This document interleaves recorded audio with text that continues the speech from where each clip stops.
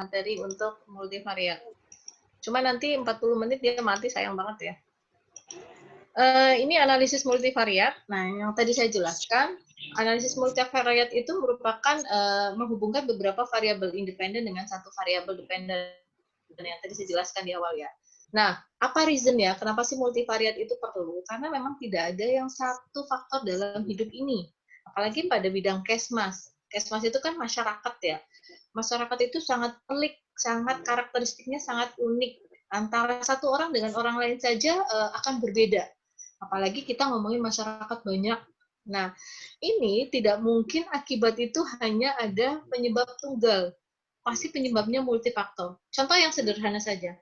Seorang yang terkena penyakit corona, sekarang lagi musim corona ya, COVID ya, terkena dia positif COVID.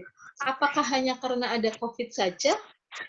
Karena banyak juga orang yang apa namanya, dia sudah terpapar COVID, contohnya kayak tenaga kerja ya, tenaga kesehatan, perawat atau dokter. Mereka mungkin terpapar dengan COVID, tapi mereka tetap negatif tuh karena ada alasannya, ada faktor yang lain. Jadi seseorang itu terkena sakit atau tidak sakit tidak hanya melulu karena faktor ada bakterinya saja, tapi ada faktor yang lain. Ada daya imunnya si orang tersebut, kemudian ada tergantung dari daya imun, kemudian ada turunan atau penyakit bawaan. Apalagi kalau kita lihat COVID ya, ini mempunyai resiko yang tinggi terhadap orang yang lebih tua, orang yang mempunyai penyakit-penyakit degeneratif. Nah, itu menjadi faktor bahwa ternyata seorang yang terkena penyakit COVID tidak hanya dari satu faktor saja, tetapi juga ada faktor yang lain. Dan itu sama dalam kehidupan kita. Contoh yang paling sederhana adalah pada saat teman-teman bisa kuliah di UMJ, itu tidak hanya melulu karena saya punya uang untuk kuliah di UMJ. Pasti kan yang berikutnya karena kalian kepengen.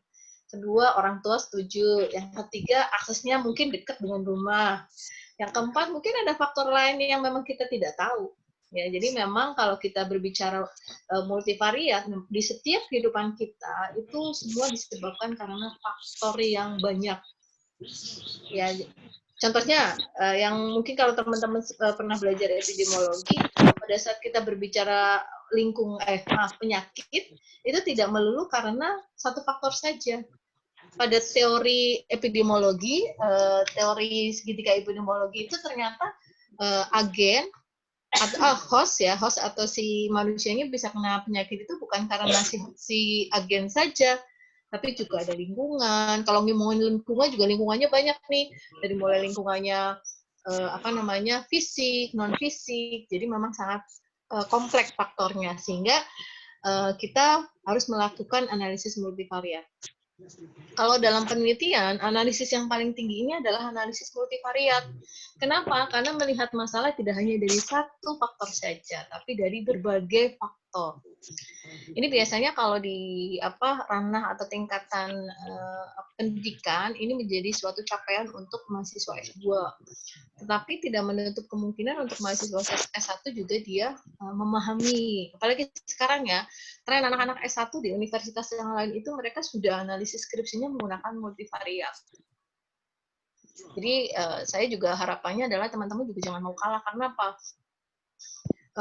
Itu bukan capaian kita, tapi pada saat nanti teman-teman keluar dari FKM, lulus sebagai seorang sarjana, kalian di luar itu berkompetisi, ya. Jadi akhirnya akan kelihatan tuh, apalagi di skripsinya atau mungkin di pengalaman analisis data. Sudah bisa menganalisis data, bisa ke multivariat, bisa nggak bisa, bukan belum tercapai. Tempat kerja atau perusahaan tidak melihat itu, tapi bagaimana pengalaman Anda. Jadi walaupun bukan menjadi sebuah capaian, tapi teman-teman juga harus memahami. Ini tidak sedikit juga kok kakak kelasnya yang menganalisis multivariat. Jadi tahun kemarin angkatannya Mumbun, kalau teman-teman kenal dengan Kak Mumbun, itu sudah berani untuk melakukan multivariat. Karena memang saya menyarankan, ayo dong multivariat, kalau bisa jangan cuma di bivariat saja. Jadi kalau multivariat itu melebarkan analisis kita dan kita melihat masalah itu menjadi lebih luas lagi. Nah, ini kegunaannya. Yang pertama adalah untuk mengetahui murni efek bersih dari masing-masing variabel. Kemudian kita juga bisa mengetahui faktor yang paling dominan. Nah, dari faktor-faktor yang banyak tadi, itu kita akan ketahuan mana sih faktor yang mempengaruhi yang paling dominan. Itu akan terlihat dengan jelas. Tapi kalau hanya satu faktor saja kan kita nggak tahu seberapa besar sih faktor ini mempengaruhi, karena apa? Tidak ada pembandingnya. Tapi kalau di multivariat itu ada pembandingnya. Selain itu juga untuk mengetahui pengaruh murni atau efek bersih. Contohnya pada rancangan eksperimen, variabel lain ini dapat dikontrol, atau mungkin pada rancangan studi yang dipilih dengan cara matching, dan bisa juga karena untuk mengetahui atau mengontrol pada tahap analisis statistik, di mana analisisnya adalah multivariat. Cuma menjadi pertimbangan juga ya, karena apa? Pada saat kita analisisnya multivariat, kita tidak bisa menggunakan sampel atau jumlah sampel yang terlalu sedikit. Kenapa? Kalau jumlah sampelnya terlalu sedikit, dijamin pasti akan tidak signifikan. Bu, emang yang dilihat signifikan? Ya kan kita melihat signifikansi dari hipotesis tadi. Pada saat kita melakukan uji hipotesis kan yang akan kita lihat adalah signifikansinya. Signifikan atau tidak.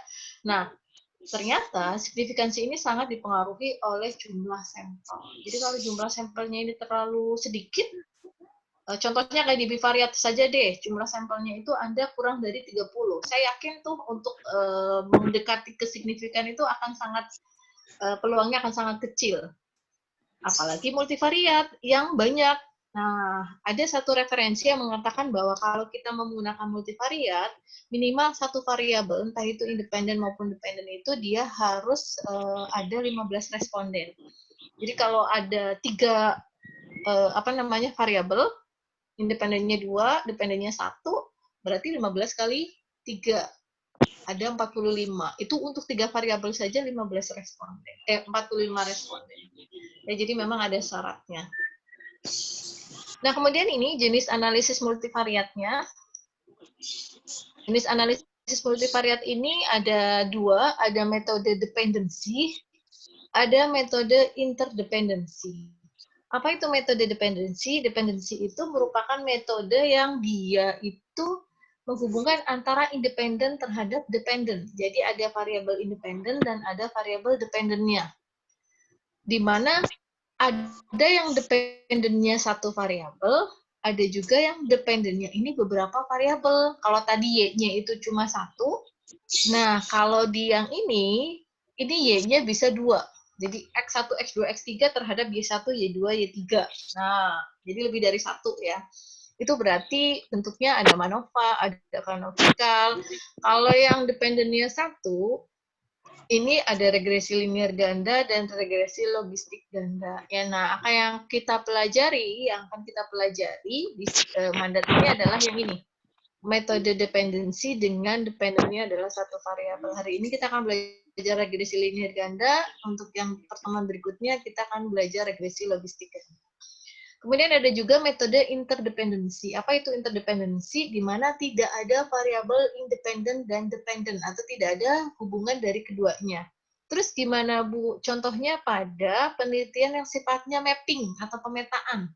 Contohnya ada analisis faktor, kemudian mungkin di situ ada path analisis, bentuk-bentuknya ya, bentuk-bentuk penelitian, analisis datanya. Nah, ini kalau teman-teman pengen belajar ini nanti biasanya di S2, atau kalau memang tertarik di S1 bisa, cuma mungkin di peminatan biostatistik. Nah, jadi sebenarnya pengolahan data itu sangat banyak jenisnya. Jadi kalau kita belajar masak, itu sebenarnya cara masak ayam itu banyak banget.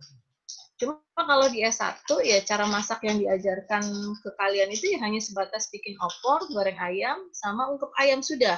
Itu basicnya sekali. Tapi nanti kalau teman-teman kuliah lagi atau ngambil peminatan biostatistik, ternyata pengolahan data itu banyak sekali.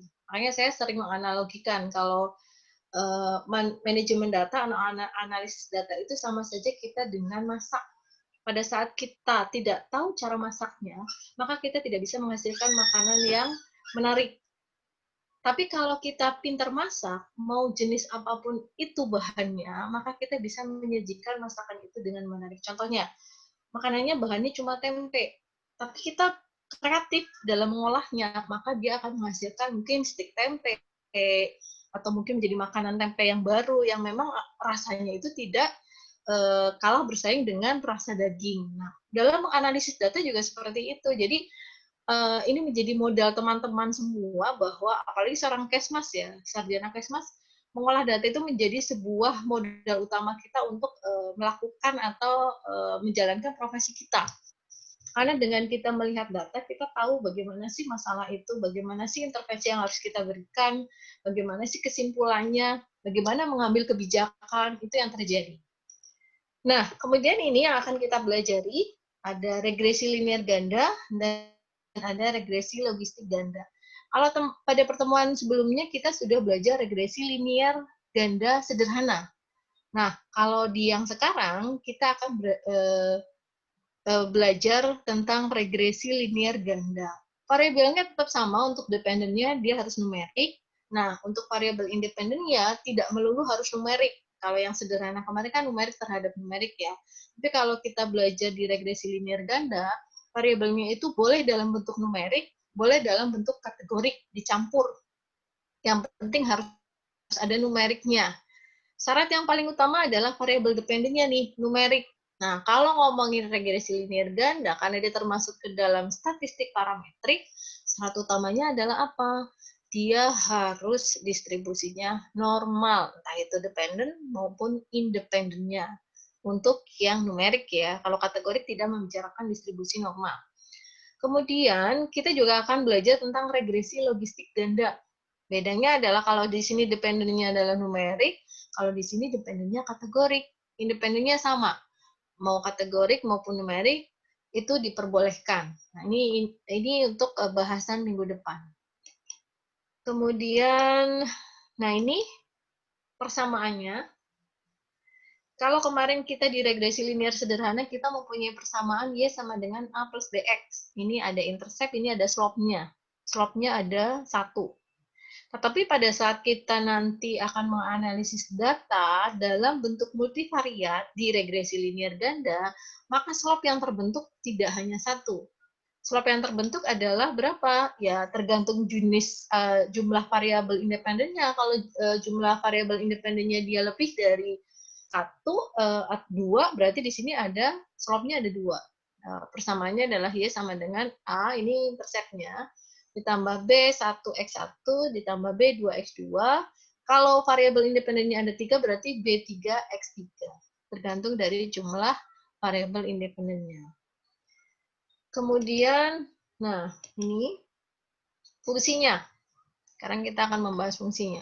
Fungsinya adalah menetapkan model matematik yang paling baik untuk menggambarkan hubungan variabel independen terhadap variabel dependen. Jadi kita tahu persamaan yang bagus. Kemudian kita juga bisa menggambarkan hubungan kuantitatif antara variabel independen X terhadap variabel Y setelah dikontrol variabel lain. Dalam kehidupan kita ada sebuah variabel yang bisa menjadi variabel confounder. Pernah dengar nggak confounder? Teman-teman pernah dengar confounder nggak? Nggak pernah, Bu. Confounder itu sebagai variabel pengganggu. Contohnya, ada hubungan suami istri. Tiba-tiba ada yang mengganggu dalam kehidupan rumah tangganya orang ketiga. Itu dikatakan sebagai confounder. Ini kalau contoh ininya ya. Sama juga dengan di penelitian. Kita ingin menganalisis hubungan antara berat badan ibu terhadap berat badan bayi yang dilahirkan. Apakah berat badan ibu terhadap mempengaruhi berat badan bayi? Kita belum tentu. Bukan umur pengaruh juga. Nah, umur ini bisa mengganggu terhadap berat badan bayi. Itu bisa dikatakan sebagai variabel confounder. Ya, atau pengganggu. Nah, kemudian regresi linear juga untuk mengetahui variabel X mana yang penting atau dominan yang tadi saya jelaskan dalam berbagai kehidupan kita. Mungkin ada satu faktor utama yang paling dominan. Walaupun ada faktor-faktor yang lain ya, tapi faktor utama inilah yang harus kita lihat. Mana sih sebenarnya dari faktor yang banyak ini, mana sih yang dominan? Oh, kalau ini berarti kita bisa menyelesaikan masalah. Contohnya teman-teman megang program di puskesmas. Angka kematian bayinya tinggi. Kalian tidak bisa langsung memprediksi, oh ini karena imunisasinya nih. Nah, kita harus analisis dulu dari faktor-faktor yang mempengaruhi angka kematian bayi tadi. Kalau sudah dianalisis, kemudian ketahuan faktor yang paling dominan, nah kita baru prioritas yang kita selesaikan yang mana nih? Yang paling dominan yang kita selesaikan berdasarkan hasil analisis data. Kemudian terakhir adalah mengetahui adanya interaksi pada 2 atau lebih variabel independen. Nah, dalam regresi linear ganda, kalau kemarin di uji T, kemudian di ANOVA, kemudian kemarin di korelasi ataupun di regresi linear, ada asumsi atau syarat yang harus dipenuhi. Kalau di uji T itu syaratnya adalah dia harus distribusinya normal. Kemudian kategorinya 2. Kalau di ANOVA distribusinya normal, kategorinya lebih dari 2. Kalau di korelasi, dua-duanya harus distribusinya normal. Entah itu di korelasi ataupun di linear sederhana. Nah, kalau di linear ganda, kan ini multivariat, banyak faktor yang akan kita lihat, maka asumsinya pun tidak sedikit, asumsinya banyak. Ya, kita singkat dengan namanya Hell-Gauss. Hell-Gauss itu singkatan dari untuk H-nya adalah homoskedasity, H-nya. Homoskedasity itu apa? Homoskedasity itu merupakan varian nilai variabel Y sama untuk semua nilai variabel X. Homoskedasity ini biasanya bisa kita lihat dengan plot residual. Jadi kalau teman-teman kemarin kan kita belajar bikin plot ya, graph plot, nah kemudian ada titik-titik ya, scatter plot. Nah kalau di homoskedasity itu pada saat kita bikin plot itu titik-titik tadi ya, titik-titik itu kemudian kita tarik garis lurus di tengahnya, sebaran antara atas dan bawah itu sama, sebaran plotnya. Itu dikatakan homoskedasity. Ya, jadi kalau dia homogen, sama, plotnya berarti homoskedasity. Tapi kalau plotnya atau tebaran titik-titiknya itu tidak sama antara, tadi kan sudah ditarik garis tengah ya, antara atas dan bawah, ternyata lebih banyak ke atas, maka itu dikatakan sebagai heteroskedasity. Nah, kalau tidak memenuhi asumsi ini, berarti kita tidak bisa menggunakan regresi linear ganda. Itu baru syarat yang pertama. Syarat yang kedua adalah eksistensi, di mana variabel dependent Y merupakan variabel random atau acak dari setiap nilai variabel independent X. Sampel diambil random, asumsi ini terpenuhi bila residual menunjukkan nilai mean dan standar deviasinya. Jadi ini kita bisa melihat dari mean residual. Kalau mean residualnya itu 0, 0, 0, 0, itu berarti dia terpenuhi asumsinya. Itu syarat yang kedua. Kemudian syarat yang ketiga adalah independensi.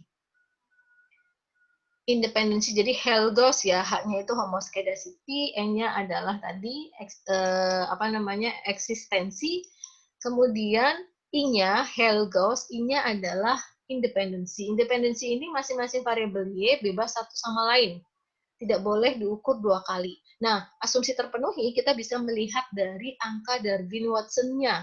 Kalau angka Darwin-Watson-nya itu dari minus 2 sampai 2, misalkan 0,5 Bu, masuk nggak ya? Masuk lah, karena kan minus 2 sampai 2. Itu berarti dia asumsinya terpenuhi. Teman-teman jangan bingung ya, Bu, itu harus dicek satu-satu. Kalau di SPSS mah tinggal satu perintah, semuanya langsung keluar. Cuma kita bisa nggak membaca dari masing-masing tabel tersebut. Jadi kalau tadi yang homoskedasity ini melihat sebaran plotnya, eksistensinya ini kita melihat min residualnya ini harus 0. Kalau yang independensinya, kita harus melihatnya dari angka Darwin-Watson-nya di sekitar minus 2 sampai 2. Nah, kemudian yang berikutnya, Hell-Gauss. Hell-Gauss udah, I-nya udah, kemudian L-nya. L adalah linearitas. Nah, untuk melihat linearitas, gampang banget, kita tinggal melihat signifikansi dari uji ANOVA. Kalau uji ANOVA-nya dia signifikan atau di bawah 0,05, berarti linearitasnya terpenuhi. Dan yang terakhir adalah Gauss atau normalitas. Gauss itu kelihatan banget dari apa? Distribusinya, dari kurvanya. Kalau kurvanya dia membentuk bell shape ya, atau bentuk bell, itu sudah otomatis asumsi normalitasnya itu terpenuhi. Nah, ini merupakan asumsi-asumsi yang harus dipenuhi pada saat teman-teman melakukan regresi linear ganda. Jadi yang pertama tadi ada homoskedasity, E-nya adalah eksistensi, I-nya adalah independensi, L-nya adalah linearitas, Hell-Gauss, dan yang terakhir adalah normalitas. Jadi ada 5 syaratnya. Oke, nah kalau tadi sudah asumsinya, nah sekarang kita akan melihat bagaimana sih step-stepnya. Nah, step-stepnya adalah Oke, kalau ke sini ini mungkin sedikit membingungkan, saya tidak akan membahas yang ini, saya langsung ke sini saja. Nah ini, jadi pada saat kita akan melakukan manajemen data, ya, atau analisis data pada multivariat untuk regresi linear, itu ada beberapa step yang harus kita lakukan. Jadi pertama adalah analisis univariat. Ini tujuannya adalah tadi untuk melihat datanya distribusinya normal atau tidak. Ini untuk yang numerik. Kalau dia distribusinya normal, berarti lanjut, dia masuk, memenuhi syarat. Ya. Nah, kalau sudah kita analisis univariat, baru kita analisis bivariat. Nah, analisis bivariat ini ada 2 tahapan, ada screening. Ya, screening ini seleksi, kemudian ada deteksi kolinearitas. Untuk yang screening, ini ada syaratnya. Syaratnya adalah apa? P-value-nya harus kurang dari 0,25. Bukan 0,05 ya, ini perhatikan ya. Jadi pada saat kita, ini saya tambahkan lagi, P kurang dari 0,25. Kelihatan ya. Jadi pada saat kita meng-screening, masing-masing tadi, itu P-nya harus kurang dari 0,25. Kalau dia terpenuhi, berarti masuk ke dalam model variabel tersebut. Tapi kalau tidak terpenuhi, berarti dia tidak masuk ke dalam model. Kemudian ada deteksi kolinearitas, kalau semuanya terpenuhi, baru kita masuk ke dalam multivariat. Mana variabel yang memang memenuhi asumsinya. Kalau sudah masuk ke multivariat, masuk ke dalam model, baru kita lakukan uji asumsinya. Oke, sampai sini ada yang mau ditanyakan? Saya stop saya dulu nih, waktunya udah mau habis. Nanti kita baru ke latihan. Nah, sekarang kita mau ke latihan nih. Ada yang mau ditanyakan? Silahkan. Ada?